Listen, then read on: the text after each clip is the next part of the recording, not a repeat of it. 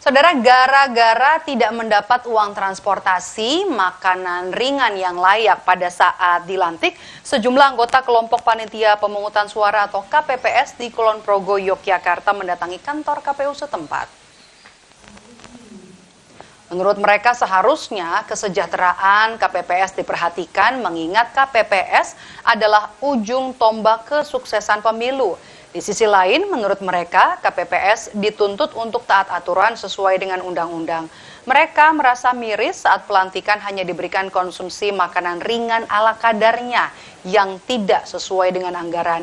Di samping itu, KPPS ini juga mengaku tidak diberikan uang pengganti transportasi. Kita juga sebagai KPPS tentunya diminta untuk kita taat aturan sesuai dengan undang-undang pemilu, tapi di sisi lain hak kami untuk kesejahteraan. Itu terkait pelantikan aja kemarin kita diambil sumpah padahal itu adalah sakral. Itu kita hanya konsumsinya adalah snack yang seharga yang sewu. Tadi anggaran itu kelihatan 15.000 tapi kita perkirakan sekitar 8.000. Dan itu tidak ada uang transport, Pak. Padahal KPPS itu warga sebagian adalah buruh harian lepas.